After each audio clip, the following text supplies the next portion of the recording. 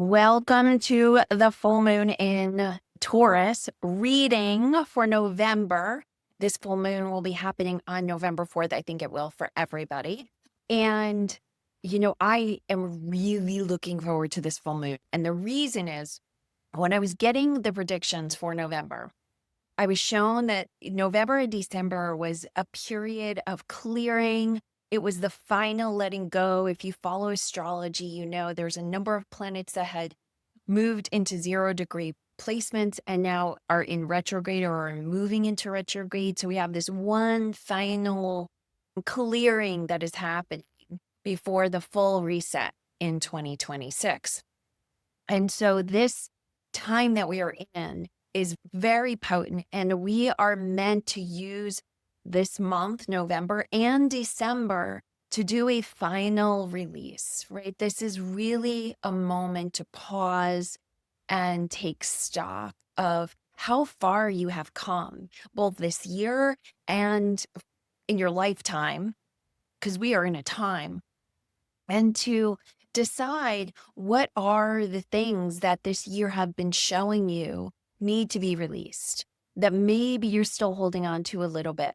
And if you didn't watch the November predictions, please go back and watch it because those messages are really important right now.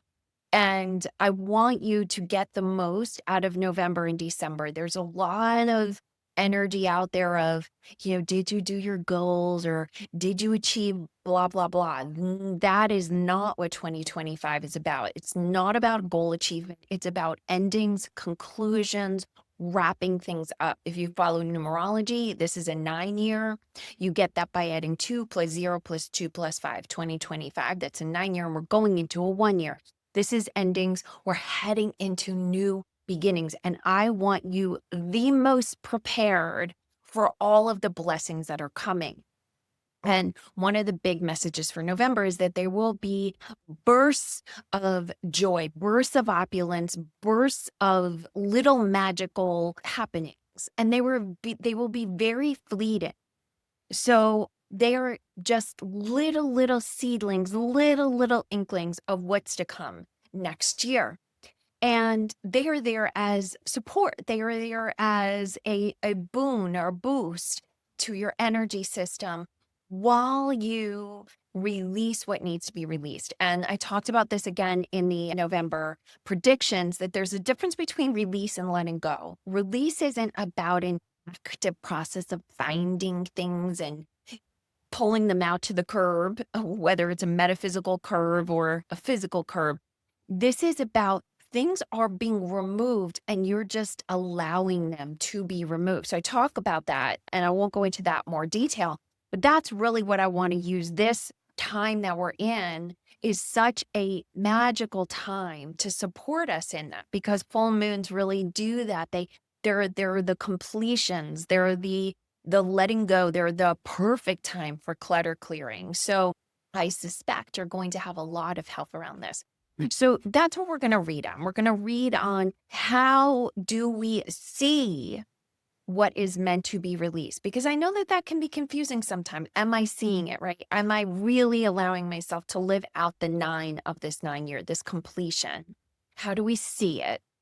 And then from there, how do we allow it? Because it can be challenging sometimes, especially if you're super attached to something. So what is the message? What are the helps that are available to us as we go through this? So first is, how do we see it? And I'm just going to get some cards down here. Okay. So interesting. So how do we see it? These are the cards we got. We got transformation. We've got water here. And with the transformation card, I have had this discussion with a few people. I have gotten this card in readings I have done for them. And this keeps coming up, which is, you've gone through this period this year where it may have felt like, Lord, I have been in place for so long. Oh my goodness, how, I have done the letting go. I have gone through the chrysalis stage of becoming a butterfly. In fact, I feel it. I feel the new me emerging, or the new project emerging, or the new plan, or whatever new is emerging. Right? How could I possibly still need to release? The butterfly, when it emerges from the chrysalis, it then remains still. It remains not in motion so that its wings can be cleared off of the liquid from the chrysalis. Because if that liquid is not removed, and that's through the wind, right? Which for us is, maybe those little bumps in the road, those little challenges. But if that liquid is not removed, then the butterfly can't take flight. So first is just understand you have transformed. You have transformed. Don't think that because things aren't moving forward that you haven't transformed. But there may be this film left on you. Maybe it's a little bit of guilt or shame or fear that is left behind. These are old residual stuffs, right? And then you hit one more challenge that's really going to let you go, you know what? I'm done with this. I'm done with this pattern. I'm done with this way of thinking. I'm done with whatever, right? So it's understanding that just because you're not quite in flight doesn't mean a massive transformation hasn't happened yet. And then the water card coming with it to me is affirming that what's being cleared off is this moisture, is this, residual of the cocooning process. And then beyond that is the understanding that there is a washing away, right? Just look at that. Look at that. That water is just moving, moving, moving. And there's nothing you need to do.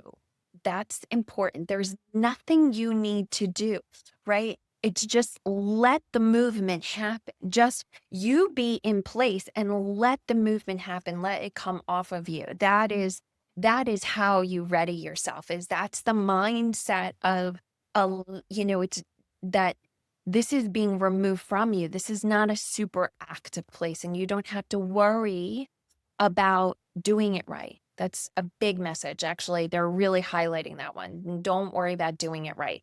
So what are the energies that clear? Oh, look at this. Focus during the full moon. That's what I'm getting. Focus during the full moon. And focuses, really tiny focuses, tiny focuses. So right now I have 2 crystals on my desk. These were crystals that I had a few years ago. I had worked with a mining company in South America to make sure that the crystals I was getting to offer to people, that they were mined properly, that people were treated well in the process, that the land was treated well. So ethically across the board. And my fulfillment center shut down. And so they had to ship me all of my remaining items. And I pulled these crystals out and they just spoke to me. Like they were so alive and they had so much to say. And they have been sitting on my desk, but they need to go somewhere, right? They need a home, whether they're a home in my house or I need to gift them to someone, they need to go somewhere. So they are sitting on my desk. There is like a complete project, a beginning and end. So this is the type of micro focus that this is asking for here. And so interesting that right now, as I'm looking at these cards, I'm seeing two balls, right? So maybe this was a message for me too, to move these crystals and make sure they end up in a home where they can be utilized. And with that focus, what we can also remind ourselves is that when you're releasing something, especially if it's physical, right? And you're moving it somewhere else, but this goes for old patterns as well. It is not our job to make sure that everything gets used properly or gets recycled properly. And what I mean by that is, it is my job to decide where these go, wherever that is. And then once it's there, though, it's no longer mine, right? It's in the hands of the divine, and I have to trust her to move it along. And so if maybe you're letting go of worrying about someone, And then there's a little part of you that thinks like, well, if I'm not worrying about them, who is? And the answer is nobody. Worrying about people doesn't do anything, but paying attention to someone's needs, that's valuable. And if it's not yours to do, meaning it's not inspired action, then let it be carried off of you and hand it over to the divine. And so the focus is on what is within your locus of control. What is within your locus of control? That is where you focus. You know, a friend of mine just reached out to me. She's very upset because of a change in a government policy that's going to affect many people. And she would like to do something to be of service to people. And she was having big, big ideas. And she reached out to me and she said, tell me, am I crazy? And I held her and I held the space for her because that wasn't really for me to decide. That was for her to decide. And where she got to was that she does have some opportunity to affect change, but trying to take on the entire problem herself energetically, that's way, way outside of her locus of control. And so when we're talking about clearing, we really want to focus on what is within our control, what is within your control. And then otherwise, just letting the divine do her work on you. Just let her do her work on you. Let things be removed from you. They're putting this story in my head, so I'm going to share it. Yesterday, I was taking my daughter back to school. She had been home for the weekend, so she could vote also. We had early voting. And so as we were going back when I was driving her back to school, the sensor came up saying that low tire pressure. And I've had that happen before, and it's been, a nail in the tire. So I was concerned. We were on a very busy highway. I pulled over. The tires looked basically fine. I got her to school. I was a little bit stressed, but during the whole process, I kept reminding myself that worrying about this doesn't help. It doesn't help. If I want to affect a positive outcome here, what I want to do is focus on the feeling of safety, physical safety, safety for my daughter, our ability to get her to school with her on time for her class, and really feel into that energy. And there was a push-pull on it. There was definitely a push-pull on it. Being on the road and potentially having car issues is an old thing for something I'm still working on. Then we get close to the school and all of a sudden we stop and we can't tell why we stopped. There's cars in front of us. We're on a 1-lane road. We can't go anywhere. And we're there for like 15 minutes. We just have to sit. And then after I dropped her off, I got her to a place that, where she was safe. So I felt a lot better. I ended up at a gas station. Lovely individual helped me at the gas station. So wonderful. Checked my tires. They were fine. He assured me, I think because it's so cold out, your sensor came on, but you're good to go. So I'm traveling home, still a little tweak of worry. As I get home, I pull off the highway because it backs up because I want to make sure I'm on back roads. If something's going to happen, is still in the back of my head. What if there is something wrong? As I'm going these back roads, I end up again backed up in this one lane road going to like my home that I travel on. There's never anything going on there. There was a tree down. Okay.